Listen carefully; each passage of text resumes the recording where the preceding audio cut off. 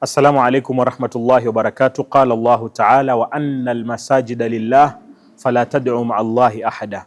Alhamdulillah, leo tuko katika nyumba ya Mwenyezi Mungu subhanahu wa taala.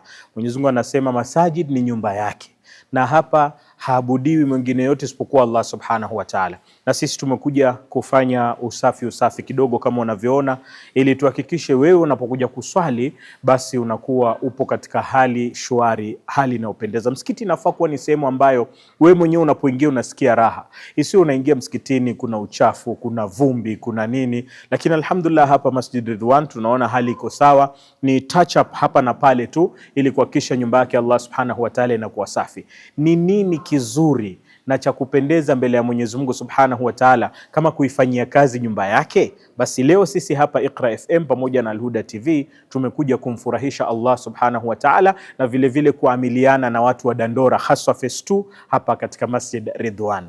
Basi tembea nasi, mambo mengi yanaendelea, usipotee.